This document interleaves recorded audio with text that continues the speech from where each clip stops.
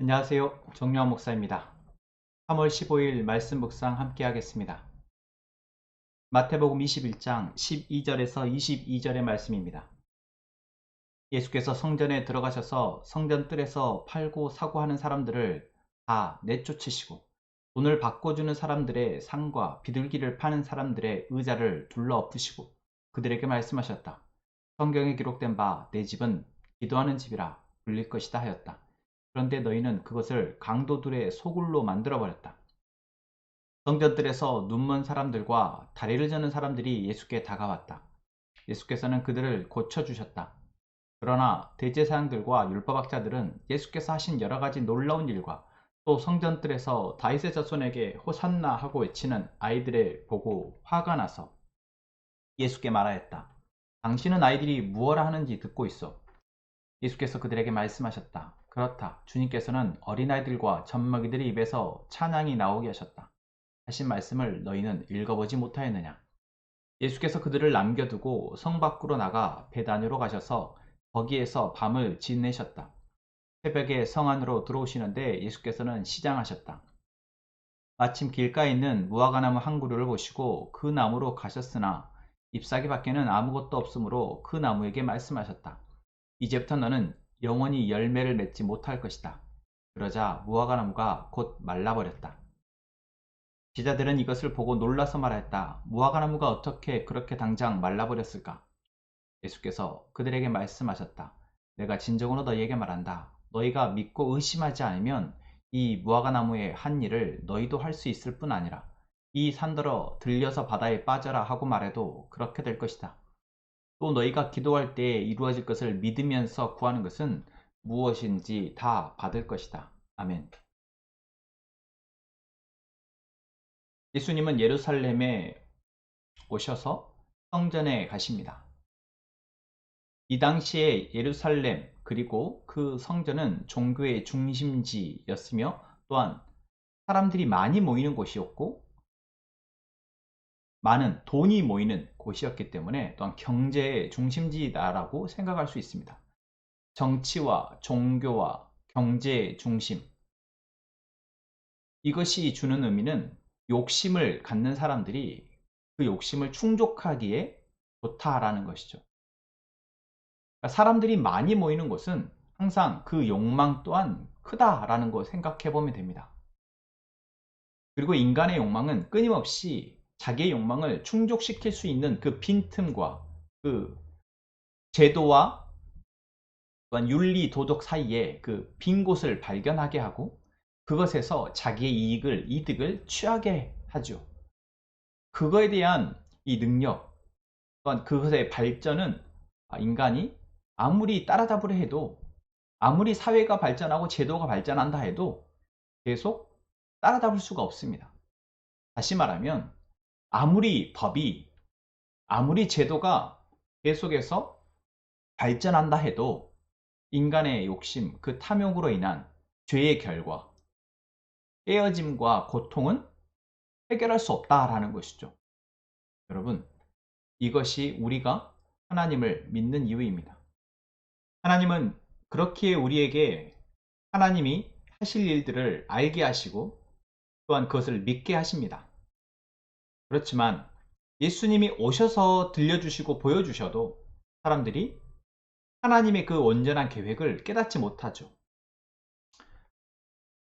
그래서 오늘 말씀에서 우리가 읽은 것처럼 하나님을 알고 있다고 생각하는 사람들마저도 여전히 하나님이 주시고자 하는 그 온전한 구원이 아니라 하나님의 계획 속에서 그들이 하나님의 구원을 이루어가고 그것을 누리는 것이 아니라 자기들의 욕심을 여전히 투영하여서 신앙생활을 한다라는 것입니다. 오늘 본문이 그렇죠.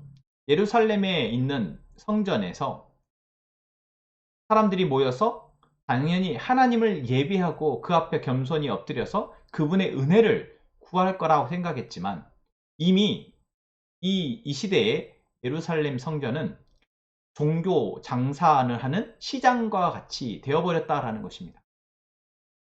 이렇게 된 이유는 제물을 드리기 위해서 양을 가져오고 가축을 가져오는데 그 가축을 이 돈벌이가 된다라는 것이죠. 그래서 성전 앞에서 그런 양을 사고 파는, 가축을 사고 파는 시장이 형성이 되어지고, 또 거기에다가 더 욕심을 더해서 누군가가 공인하고 흠없고 티 없다고 말하는 공인된 가축들을 파는 것으로 더 웃돈을 주고 파는 그러한 일들이 행해지고 있었던 것입니다. 예수님은 그 모습을 보시고 뒤엎어 버리십니다. 그리고 말씀하시죠. 하나님의 전은 하나님을 예배하고 하나님을 기도하는 곳이다. 그렇습니다. 하나님을 향한 온전한 고백, 또한 그분의 은혜로 살아가고자 하는 사람들이 이렇게 행하지 않는다라는 것이죠. 아니, 다른 곳에서야 우리가 물건을 사고 파는 상행위가 필요하고, 또 어쩌면 인간의 두려움과 욕심을 이용하여서 이 장사가 이루어질 수 있다고 할지라도, 적어도 하나님을 예배하는 곳, 하나님의 성전에서는 그러한 마음들이 정화되어지고 다시 깨끗해지는 그런 순기능이 되어져야 되는데, 성전에서마저도 사고 파는 행위, 다시 말하면 인간의 욕심이 침투해 있다라는 것, 그것을 예수님은 두고 보실 수가 없으셨습니다. 그리고 이것은 또한 우리에게도, 우리 안에 하나님을 믿는 우리의 마음이 온전히 하나님의 은혜로 살아가고자 하는 것인지, 아니면 내가 바라는 것에 하나님의 도움을 필요로 하는 것인지 생각해 보게 합니다. 오늘 예수님을 향해서 많은 사람들이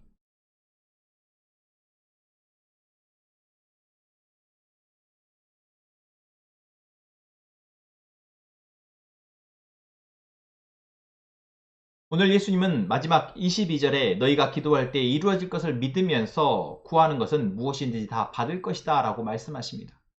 이 말씀을 하시기에 앞서서 무화과나무를 저주하시고 그 무화과나무가 마른 것을 대해서 어떤 그 답을 이야기하시는 것이죠. 너희도 할 수 있다. 너희가 믿음을 가지고 하나님이 이루실 것에 대한 믿음을 가지고 구하면 하나님이 이루실 것이다 라는 것을 말씀하십니다. 여러분, 이때에 우리가 무엇을 구하느냐라는 거죠. 우리가 하나님 제 문제를 해결해 주세요. 하나님 이렇게 해 주세요. 저렇게 해 주세요. 이것을 구하지 말라는 것이 아닙니다. 우리의 마음의 근저에 정말 나는 하나님의 은혜로 살아갈 수 있다라는 고백이 있냐라는 것이죠. 내가 먹고 살아가고 뭔가 즐기고 살아가는 것 속에 하나님이 나를 사랑하셔서 나에게 베푸실 그 은혜가 절대적이냐라는 것입니다. 아니면 우리 안에 여전히 나에겐 하나님의 은혜 플러스 돈이 필요하고, 하나님의 은혜 플러스 건강이 필요하고, 하나님의 은혜 플러스 나의 명예나 권력이 필요하다라고 생각하고 있냐라는 거죠. 여러분, 이것은 정말 중요합니다. 오늘 본문에 예수님이 이렇게 성전에서 뒤엎으시는 사건, 이것을 성전 정화라고 표현하는데, 이 사건 뒤에 예수님을 찾아와서 병을 고쳐달라고 말하는 사람들을 병을 고쳐주시는 장면이 나옵니다. 여러분, 이 모습은 이들에게는 자신들의 병이 가장 큰 문제이고 그 절박함 때문에 예수님을 찾는 모습이라는 것이죠. 그리고 이들의 예수님을 찾는 행위에 있어서는 다른 어떤 것도 이제는 예수님만큼의 답이 되지 않는다. 아니, 오직 예수님만이 지금 이 자기의 문제의 답이라는 온전한 고백이 있다라는 것입니다. 절박함 때문에 나오는 온전한 고백입니다. 그런데 우리 안에 이제 이러한 한두 번의 경험이 하나님을 향한 온전한 절박함과 하나님의 온전한 은혜를 구하며 살아가는 삶의 모습으로 나아가야 된다라는 것이죠.